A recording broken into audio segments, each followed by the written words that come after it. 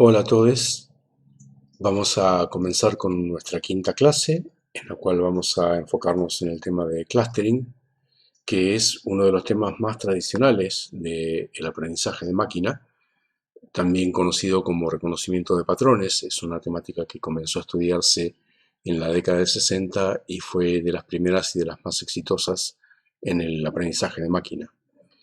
El objetivo del clustering es agrupar un conjunto de registros que tradicionalmente se denominaban patrones, por eso es que la técnica es reconocimiento de patrones, agruparlos en clases o en grupos cuyas categorías subyacentes no se conocen o bien no existen y por lo tanto el agrupamiento es artificial. Sin embargo, el hecho de que este agrupamiento sea artificial no le resta utilidad, todo lo contrario. Muchas veces se descubren propiedades ocultas de los datasets haciendo algún tipo de agrupamiento. El agrupamiento en general se hace a través de alguna noción relacionada como similitud o proximidad, que en principio lo vamos a considerar reflejada en la distancia en el espacio de atributos, distancia euclidia o de Mahalanobis, o a veces utilizando alguna cuestión ad hoc, como puede ser algún espacio no paramétrico o alguna noción de distancia diferente. Bueno, al igual que nos ocurría en otros casos, cuando tenemos atributos nominales o ordinales, tenemos que darle algún tipo de tratamiento en particular. Bueno, el espacio de búsqueda, o sea, la cantidad de posibles agrupamientos que podríamos hacer para agrupar K patrones en M clases es un número exponencial enorme. Por lo tanto, una búsqueda exhaustiva es impracticable y tenemos que tener métodos que puedan obtener resultados adecuados en tiempos razonables. En particular, nosotros tenemos acá dos posibles agrupamientos para un dataset que tiene 8 patrones. En ese dataset podemos ver dos posibles agrupamientos. En el gráfico de la izquierda el caso A y en el gráfico de la derecha el caso B. Y tenemos marcados para cada uno de los grupos el centroide, que sería ese punto azul o ese punto rojo, que es el que está en el centro de cada grupo. Lo que se hace en principio, la métrica más razonable o más obvia para determinar la calidad de un agrupamiento, es pensar en la suma de los errores al cuadrado o la suma de las distancias al cuadrado, que es para cada uno de los clusters tomar cada uno de los patrones del clúster, medir la distancia al cuadrado de esos patrones al centroide del clúster y hacer la sumatoria. Y eventualmente, si queremos tener el error cuadrático medio, dividir esa cantidad por la cantidad de patrones en el clúster, lo cual a veces se hace y a veces no se hace. Entonces, en función de ese criterio, nosotros veríamos que, por ejemplo, el segundo agrupamiento, que tuvo un error cuadrático de 22.9, es un poco mejor que el primer agrupamiento, que tuvo 23,27, lo cual visualmente parece cierto, pero ojo con lo que aparece visualmente de una manera o de otra, porque hay una gran cantidad de ejemplos en la bibliografía donde el mismo dataset rotado a 90 grados parece más razonable lo que no parecía razonable cuando el dataset no estaba rotado. Así que bueno, es una temática en la cual los criterios a veces van a ser diversos.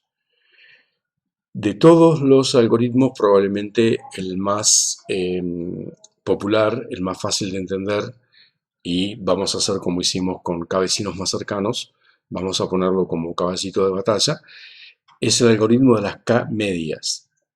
Se basa en iterar una asignación de centroides a cada una de las clases, seguida de una etapa de ajuste, hasta llegar a una convergencia.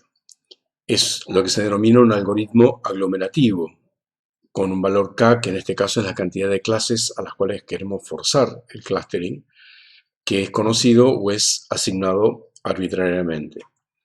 El algoritmo es realmente muy sencillo y es, mientras tengamos que algún patrón cambia de grupo, cambia de clase, repetimos los siguientes pasos. El primer paso, asignamos cada patrón al grupo cuyo centroide sea el más cercano, y en el segundo paso recalculamos los centroides de cada grupo.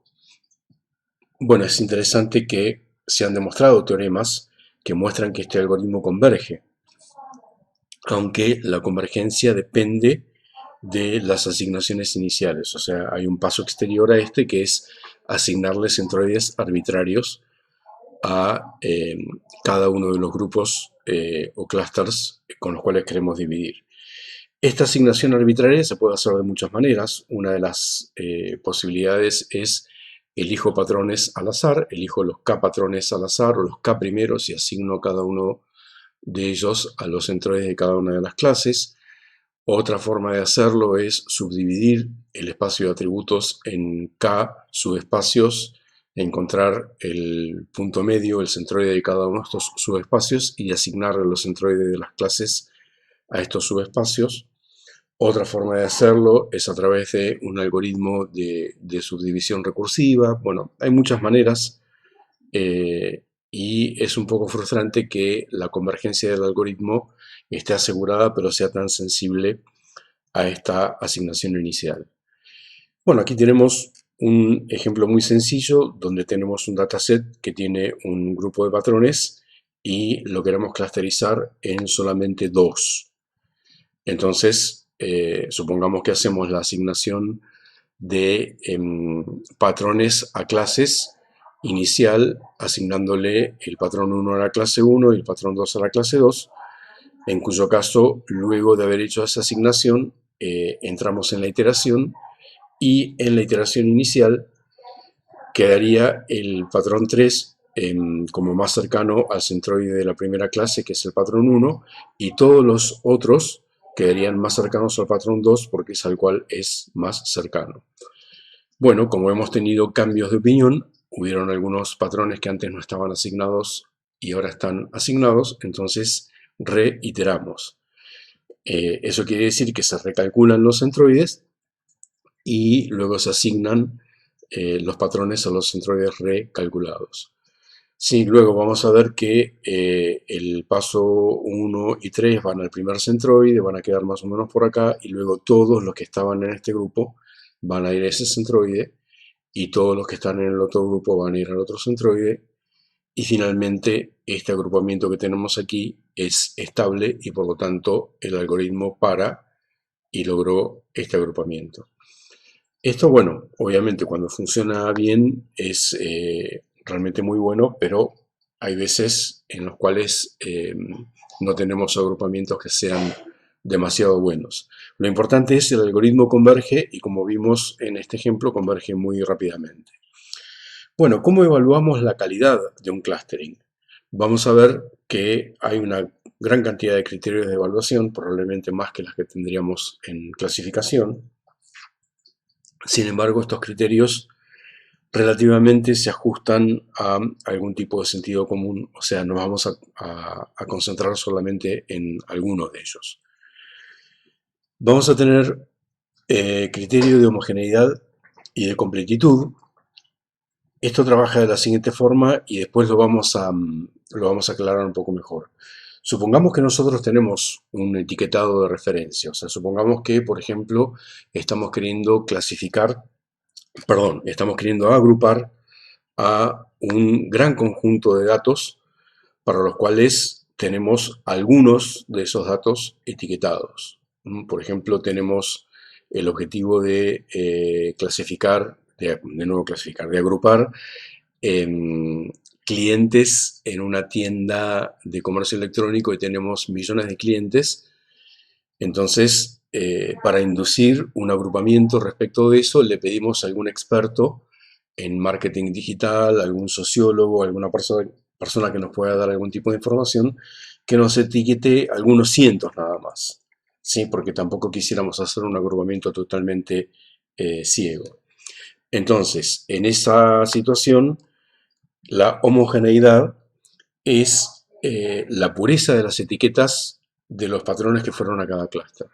O sea, básicamente lo que estamos diciendo es, yo tomo uno de los clústeres que me dio el algoritmo de clustering y me fijo si dentro de ese clúster tengo solamente etiquetas de un mismo tipo. Si tengo esa situación, entonces tengo la máxima homogeneidad posible en ese clúster. Y haciendo lo propio con todos los clusters, tendré la homogeneidad media del clustering que he hecho. Por otro lado, la completitud sería si todos los patrones que pertenecen a una misma etiqueta fueron un mismo clúster. Si una cosa no es la misma que la otra, o sea, básicamente homogeneidad nos está diciendo que en un clúster tenemos etiquetas iniciales de un mismo tipo nada más, y completitud nos dice que las etiquetas de un mismo tipo todas fueron un mismo clúster. Son criterios diferentes. Y finalmente, valor B es la media armónica entre homogeneidad y completitud. Si lo pensamos un segundito, vamos a ver que la homogeneidad se parece a la especificidad en clasificación, en el sentido de que un clúster más homogéneo es como más escéptico a la hora de aceptar si un registro pertenece a ese clúster, y a la inversa la completitud es análoga o es parecida a la sensibilidad, o sea, un clúster más completo es un clúster más crédulo. Una forma de entender esto es, obviamente, que si tenemos clústeres que tienen un solo patrón, ese clúster va a ser 100% homogéneo porque todos los patrones pertenecen a una única categoría, que es la única categoría. ¿Sí? Más escéptico, más homogéneo, más específico. Y a la inversa, si todo el dataset va a parar a un único clúster, ese clúster es completo porque tiene todos los patrones que pertenecen a todas las categorías. ¿Sí? Clúster más completo, más crédulo, más sensible. Ambas magnitudes obviamente están en pugna, o sea, un clustering más atomizado va a ser más homogéneo pero menos completo, y un clustering que agrupe más va a ser al contrario, más completo, pero va a ser más heterogéneo. Ambas magnitudes entonces se combinan con el valor B, que es algo parecido a la F-measure, a la medida F que teníamos en el caso de clasificación. Si ya dijimos, esto es algo que es muy útil cuando estamos utilizando clustering para el caso en el cual queremos hacer aprendizaje semi-supervisado. O sea, tenemos un dataset muy grande donde solamente una parte pequeña de ese dataset estuvo etiquetado. Bueno, además tenemos otro tipo de métricas también relacionadas con pre-etiquetado de los datos. Hay una de ellas que es el índice RAND o el índice RAND ajustado. Básicamente el índice RAND o el kappa de Cohen u otras que están dando vueltas por ahí que son muy parecidas todas, básicamente son medidas de consenso. O sea, básicamente lo que hacen es ver hasta qué punto estuvieron de acuerdo el etiquetado manual y el agrupamiento. ¿Sí? Para que esto esté ajustado adecuadamente, se utiliza también una estimación probabilística de cuántas coincidencias podrían haber ocurrido por mero azar. Entonces, no se tienen en cuenta las coincidencias que estadísticamente podrían haber ocurrido por mero azar, y en base a eso se encuentra el índice RAND ajustado. Otra medida es la información mutua, en la cual utilizamos la entropía de Shannon para evaluar la similitud entre los dos conjuntos, el conjunto dado y el clustering. O sea, básicamente lo que hacemos es evaluar una probabilidad conjunta de que un patrón haya sido etiquetado manualmente y pertenezca a una misma clase, y utilizando la entropía de Shannon llegamos a la noción de información mutua.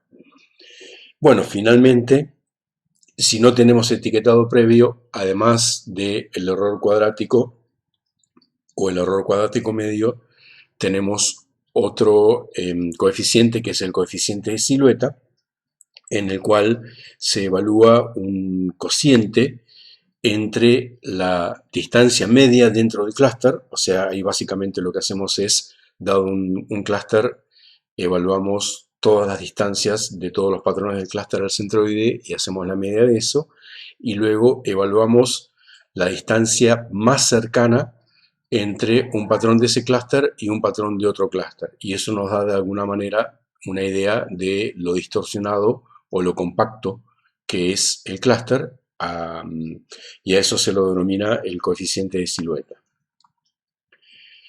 Bueno, vamos a ver en un ejemplo que está por ahí, eh, perdón que lo encuentro.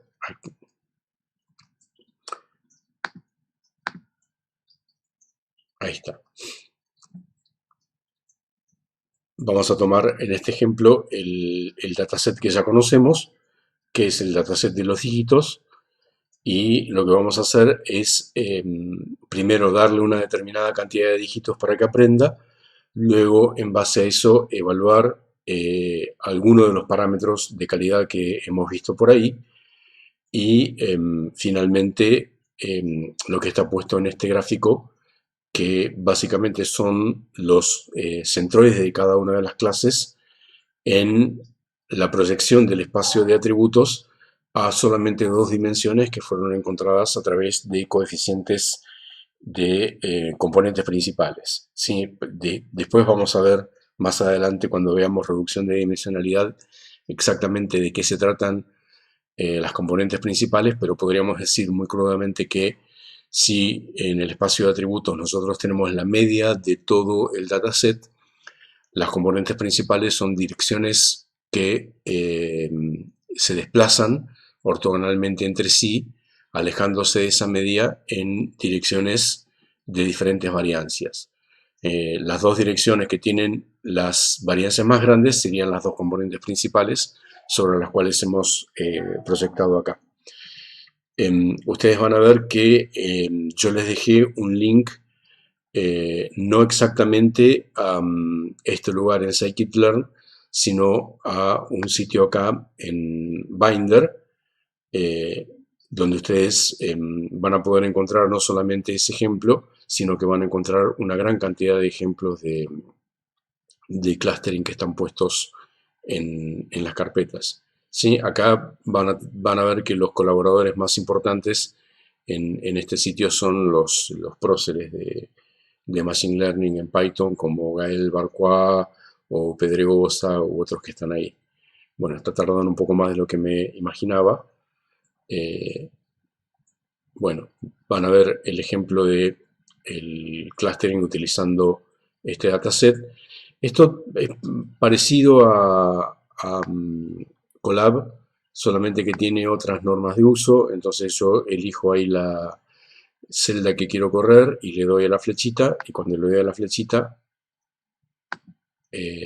lo estoy ejecutando y ahí me está dando los diferentes valores que va encontrando y finalmente el resultado final. Bueno, van a ver acá en este explorador que hay una cantidad enorme de ejemplos de diferentes cuestiones, ¿sí? Clustering inductivo, clustering aglomerativo, hay una gran cantidad de ejemplos. Sí, les dejo esto para que ustedes lo visiten en algún momento y hagan algunos ejemplos más si están interesados. Bueno, el otro algoritmo más popular, básicamente K-means y mean-shift tienen la característica de que se pueden utilizar bastante a ciegas, o sea que no requieren una gran cantidad de parámetros.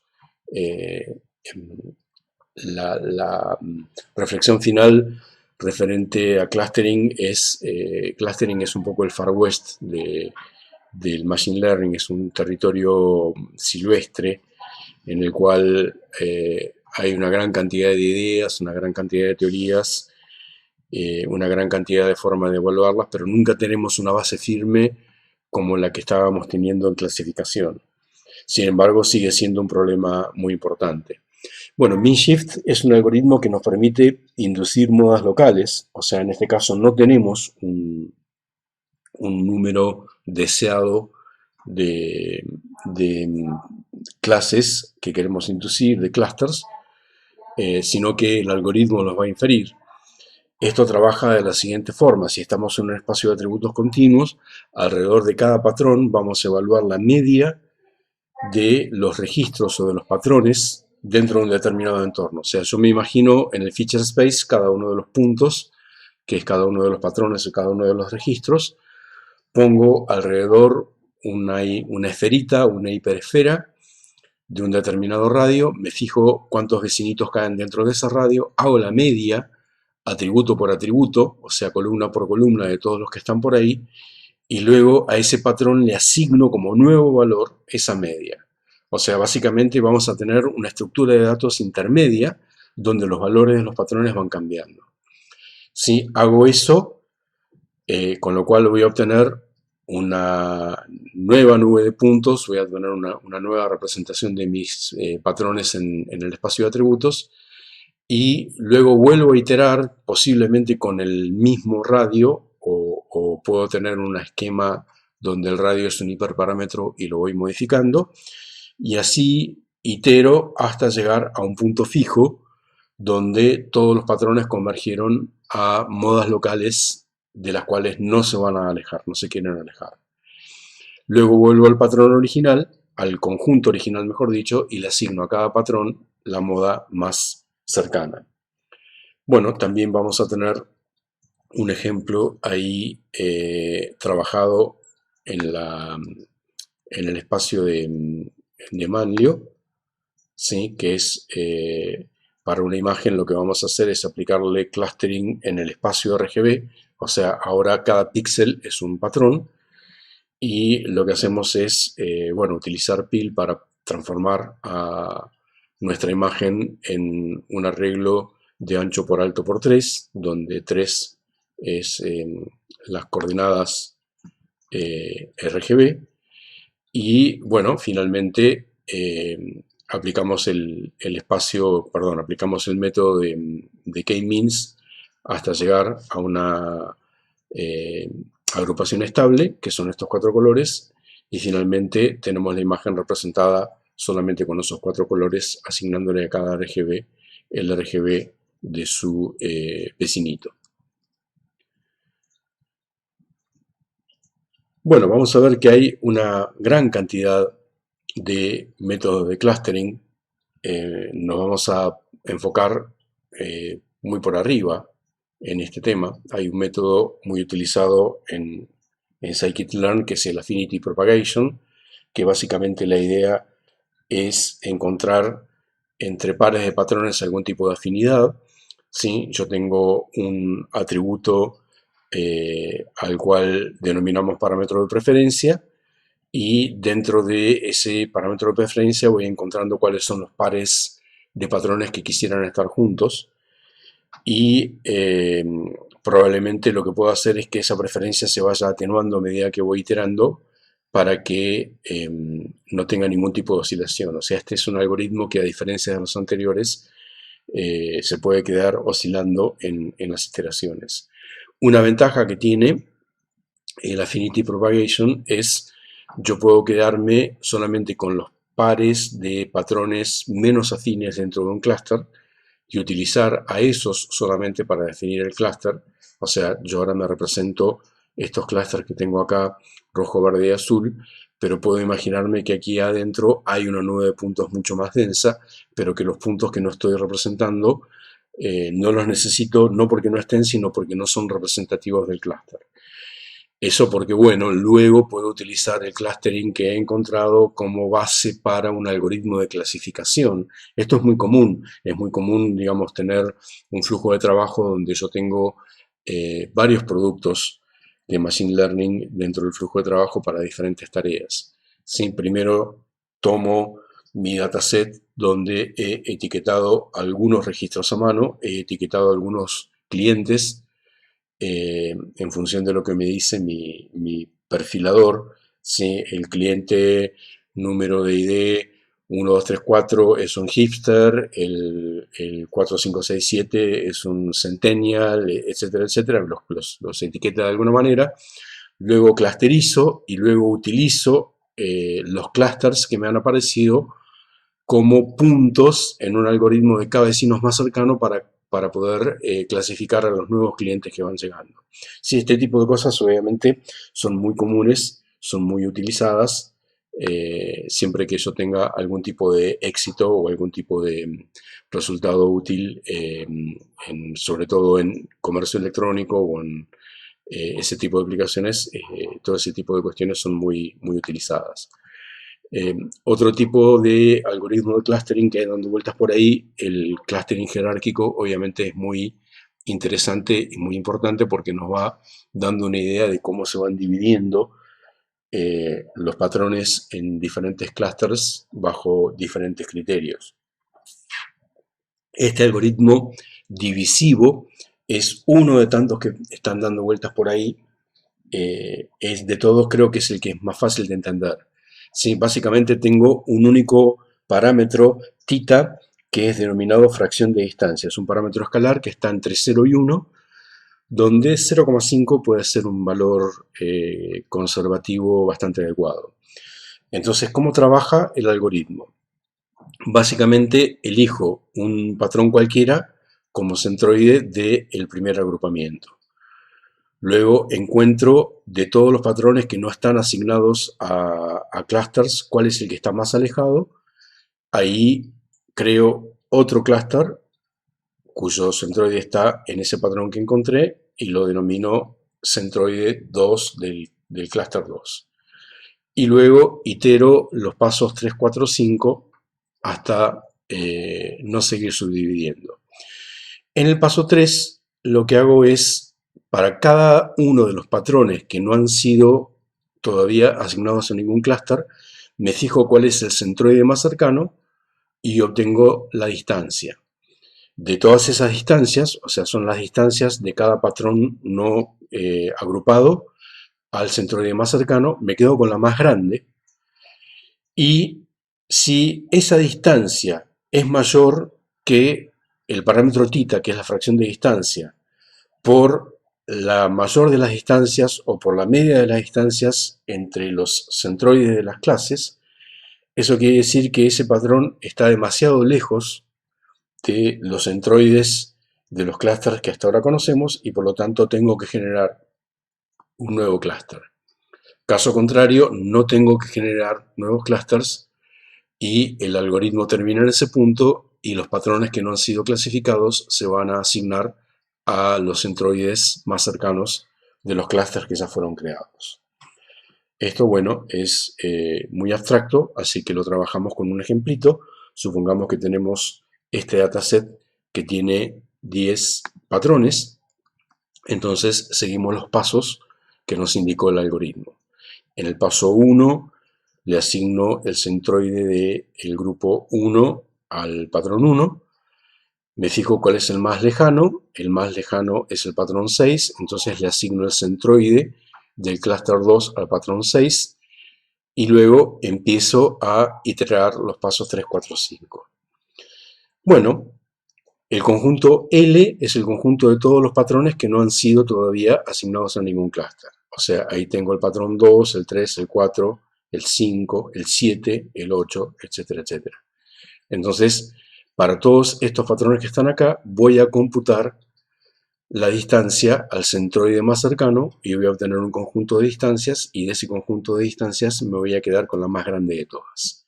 ¿Sí? La más grande de todas, en este caso, fue la distancia entre el patrón 10, que es este que está acá, y el patrón 6, que es hasta ahora el centroide de la clase 2. ¿Sí? Esa distancia ha sido la más grande de todas y esa distancia es 7.2. Bueno, luego me fijo cómo es la distancia del centroide de la clase 1 a la clase 2 y esa distancia era 9.5. Esa distancia multiplicada por mi parámetro θ, que es 0,5, me da 4,75 y como la distancia anterior que habíamos computado, 7.2, es mayor que esa distancia umbral 4.75, entonces voy a crear un nuevo clúster cuyo centroide va a ser el patrón 10 y a ese centroide lo voy a llamar Z3. Bueno, ahora mi conjunto L de patrones que no han sido todavía asignados a clúster son el patrón 2, el patrón 3, el 4, el 5 y así hasta el 9. Entonces voy a encontrar de nuevo el conjunto de distancias de cada uno de los patrones no asignados al centroide más cercano. Me quedo con la máxima de esas, que en este caso es 2.3. ¿Sí? Es la distancia del patrón 3 al centroide de la clase 1. Esa distancia es 2.3 y luego en este caso yo lo que voy a hacer va a ser tomar las dos distancias entre los dos centroides, las voy a promediar y eso me da una distancia media de 8.4, la cual multiplicado por el valor θ es 4.2. Como 4.2 no es menor que 2.3, eso quiere decir que todos los patrones tienen un centroide más cercano que es menor que θ por la distancia entre centroides y por lo tanto no necesito seguir subdividiendo porque eso generaría clústeres arbitrarios. Finalmente, lo que va a ocurrir es cada uno de los patrones que no ha sido asignado va a ser asignado al centroide más cercano, luego recalcularemos los centroides y ese va a ser finalmente nuestro algoritmo. Si yo quisiera hacer un dendrograma, por ejemplo, lo que puedo hacer es ir disminuyendo θ luego de haber hecho cada clustering, o sea, yo ahora con este valor de θ 0,5 no voy a seguir subdividiendo, pero luego puedo seguir bajando θ hasta decir, bueno, no, ahora por ejemplo el patrón 5 está a menos, perdón, mejor dicho, está a más de θ veces distancia a la distancia que hay entre Z1 y Z2, por ejemplo. Entonces acá genero un nuevo centroide y sigo subdividiendo y así hasta obtener, en este caso obtendría 10 clusters donde cada clúster tendría un único patrón. Si mi intención fuese hacer un dendrograma, podría aplicar el clustering jerárquico de esta manera, disminuyendo el valor de θ hasta llegar a la subdivisión máxima posible. Luego hay otro método que es aglomerativo. Fíjense que en general los métodos son o bien divisivos, considero que todo al principio es un único clúster y lo voy dividiendo, o bien aglomerativos, considero que cada patrón es un clúster y luego busco razones para juntarlos. En este caso, el algoritmo aglomerativo trabaja con un concepto de distancia adaptativa. Necesito dos parámetros para esto. Necesito un parámetro tau, que es una distancia mínima a partir de la cual no considero que un patrón pertenece a un clúster, y un parámetro θ que es como el anterior, es simplemente una proporción respecto de la distancia anterior que me dice, bueno, no estoy seguro si el patrón pertenece a la clase o no, así que lo considero indeterminado. Bueno, básicamente la idea es a cada patrón, o sea, estamos trabajando acá con nuestro mismo dataset, lo que hacemos es a cada patrón le asignamos un disco como el que tenemos acá, donde vemos incrementalmente cómo vamos cubriendo a nuestro dataset. Fíjense que comenzamos acá con asignándole al patrón 1 un clúster, entonces nos queda 1 y 4 dentro del clúster y 3 indeterminado. Luego voy al patrón siguiente que no esté asignado, veo que 2 es el siguiente patrón que no está asignado, ahí le agrego un disco, el patrón 6 queda dentro del segundo clúster y el patrón 11 queda indeterminado. Bueno, luego 3 está indeterminado, luego 4 está indeterminado, 5 no, entonces en 5 hago un nuevo agregado y de esa manera llego a una clusterización estable. Bueno, hay más algoritmos, insisto, clustering es tan antiguo como el machine learning en sí, como la inteligencia artificial en sí. Hay un algoritmo muy utilizado que es el algoritmo isodata. Esto no está en scikit-learn, pero sí está en las suites de minería de datos que acompañan a las bases de datos más comunes, a Oracle o a SAP o a SPSS, típicamente todas esas bases de datos que tienen inteligencia de negocios para hacer minería de datos en clientes tienen algoritmos de clustering donde implementan estas ideas. Bueno, Isodata trabaja con una cantidad arbitraria de clases, o sea, trabaja como K-medias.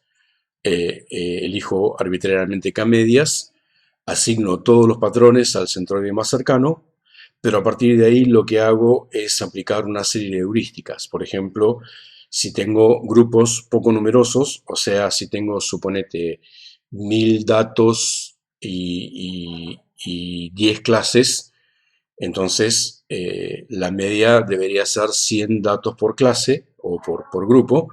Si tengo menos de una determinada proporción, si tengo menos del 10% o algo por el estilo, bueno, eso digo es un grupo espurio y lo asigno a los más cercanos.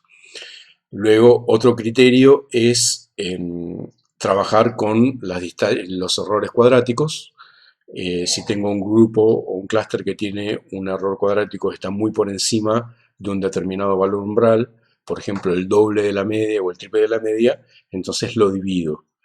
Y itero esos pasos y eventualmente si dos centroides están a menos de una determinada distancia umbral, se unen los grupos. Sí, básicamente ISODATA es como si fuese una gran cantidad de técnicas heurísticas para obtener un clustering que tenga una determinada calidad. Esto es algo medio parecido a lo que ocurre también con árboles de decisión, donde yo para evitar el sobreajuste tengo una serie de heurísticas, no subdividir si el conjunto de datos de la tabla es muy parecido, no avanzar por determinado nivel de profundidad, etcétera, etcétera. Estas son reglas totalmente heurísticas que cambian mucho en los contextos de aplicación diferentes. Bueno, vamos a tener también algoritmos basados en grafos, donde la idea es, yo trabajo directamente con la matriz de adyacencia y trabajo agrupando en función de distancias.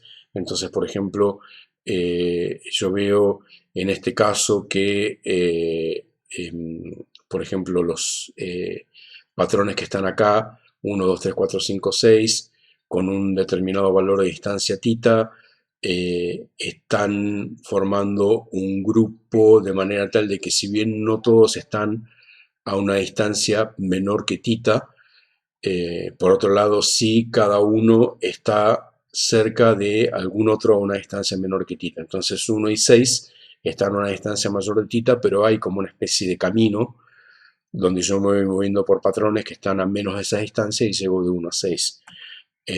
Esto es algo que yo lo puedo determinar bastante fácilmente mirando la matriz de adyacencia, porque yo me doy cuenta que en esta submatriz de adyacencia yo tengo la posibilidad de encontrar un camino entre 1 y 6 sin irme de ninguno de los nodos que están dentro de esta submatriz. Estos algoritmos son, digamos, de otra parte de la ciencia de la computación, son algoritmos de grafos, donde se utilizan este tipo de técnicas que estamos viendo por acá, que es la partición de la matriz de adyacencia en submatrices. Obviamente que acá la matriz está puesta de manera tal de que este clustering se vea en forma bastante evidente, pero bueno, si yo a esta matriz le permuto filas y columnas, encontrar estos patrones que estamos diciendo es todo un problema. Entonces, bueno, hay métodos que nos permiten optimizar el proceso de encontrar estas submatrices. ¿Sí? Otras cosas que suelen ocurrir es dentro de la matriz de adyacencia encontrar este tipo de subestructuras, típicamente los cliques, que son los que están marcados acá, donde yo tengo que todos los nodos están todos conectados entre sí. Puedo tener cosas que son cercanas a un clique, como por ejemplo los clústeres que están marcados en violeta, donde si bien no todos están conectados con todos, podemos decir que la mayoría está conectado con el resto de la mayoría. Sería como un cuasi clique, por decirlo de alguna manera. O tengo este tipo de estructuras que son realmente muy interesantes. Fíjense cómo se ve su forma en la matriz de adyacencia y lo que eso significa. Acá yo tengo, por ejemplo, de 19 a 22 forman una barrera que separa al 18 de 23 y eso se ve en cómo es la submatriz de conectividad en este lugar acá. O en este caso yo tengo esta estructura que se conoce como corona, ¿sí? Donde todos los de 32 a 35 están conectados con todos los de 36 a 38 y viceversa, pero no están conectados entre sí. En cuyo caso yo tengo una estructura que es diferente, es el dual de la estructura anterior. Bueno, este tipo de análisis, si yo voy colapsando a los nodos en supernodos, también me termina generando un dendrograma que es el que está dibujado en el borde de esta matriz. Bueno, también les dejo aquí como material extra de consulta una gran cantidad de ejemplos y de nodos. Bueno, acá tenemos fundamentalmente en el sitio del help de scikit-learn un overview, una panorámica de los diferentes métodos de clustering para diferentes datasets y para ver cómo clusteriza cada uno de ellos. Si, por ejemplo, estamos trabajando con un máximo de 4 clases, hay algunos que quedan sin clasificar y quedan pintados en negro. Y en general, cuál sería el tipo de uso ideal para cada uno de estos métodos y cuál sería el tipo de distancia o el tipo de asociatividad o afinidad que se está utilizando. Sí, no solamente eso, sino que también hay un conjunto de ejemplos. El ejemplo de los dígitos lo sacamos de ahí, pero bueno, van a tener también para ver muchos más notebooks de ejemplo que les van a resultar adecuadas. Bueno, y al igual que en clasificación, en clustering vamos a tener un práctico con ejercicios optativos. De los ejemplos sugeridos que vamos a dar, eligen uno y de acuerdo a la dificultad lo trabajan en forma individual o lo trabajan en forma grupal. Si trabajan con un ejemplo que es muy sencillo, aplican varios métodos de clustering, aplican varias métricas de evaluación de calidad y hacen comparaciones. Si trabajan con un ejemplo muy complejo, con que hagan una sola es suficiente. A diferencia de lo que pasa en clasificación, vamos a sugerir menos ejercicios posibles, pero vamos a dejar abierta la posibilidad de que ustedes busquen sus propios datasets y sus propios problemas de agrupamiento y lo propongan. Sí, lo proponen a la cátedra y negociamos si es adecuado y cuál sería la profundidad y el alcance. Bueno, entre los ejercicios sugeridos, el primero es un dataset que contiene 1,5 millones de reportes que fueron scrapeados de un sitio específico que es Beer Advocates. Entonces tenemos para cada tipo de cerveza una determinada cantidad de características. El objetivo es agrupar a los tipos de cervezas de acuerdo a dichos reportes y elegir para cada uno de estos grupos alguna de las cervezas que sea la mejor representante de cada grupo. Como preguntas posibles es, por ejemplo, si tuviésemos que elegir las N más recomendables, ¿cuáles elegiríamos y por qué? Acá cuidado porque si para un mismo grupo yo tengo las 10 mejor votadas, no estaría siendo representativo, o sea, necesito de alguna manera tener un criterio de representatividad. Luego me pregunto cuáles serían los factores que más influyen en la percepción de la calidad de una cerveza, etcétera, etcétera. Bueno, visitan el notebook que nos dejó Maño preparado. Un ejercicio más sencillo, porque el dataset es más compacto, es más pequeño y tiene menos atributos, es la segmentación de clientes. Tenemos un dataset donde tenemos clientes minoristas y los queremos agrupar en función de su patrón de consumo anual en diversas categorías de productos. Cuánto consumen en alimentos, cuánto consumen en ropa, cuánto consumen en productos de limpieza, etcétera, etcétera. Crímenes violentos en diferentes estados de Estados Unidos. Tenemos un dataset que tiene registros de crímenes ocurridos durante 1973 en los diferentes estados y también para cada uno de estos estados el porcentaje de la población que vive en zonas urbanas, y el objetivo es agrupar a estos estados en diferentes categorías de acuerdo a estos factores. Y finalmente, de diseñar o definir un chatbot que básicamente lo que hace es trabajar con patrones de entrada y respuesta predefinida para cada caso. O sea, básicamente todos usamos a veces forzadamente chatbox porque lo tenemos en el sitio web del banco o algo por el estilo, y básicamente nos da una serie de opciones, elegimos una opción y nos da otras. Bueno, van a tener acá en el notebook de Manlio algunos ejemplos en particular. Bueno, y eso sería todo lo que tenemos para proponer dentro del tema de clustering, los métodos, los ejemplos, las métricas y algunos ejercicios, así que quedamos a la espera de los resultados y de las consultas. Que tengan un buen día y nos vemos la próxima.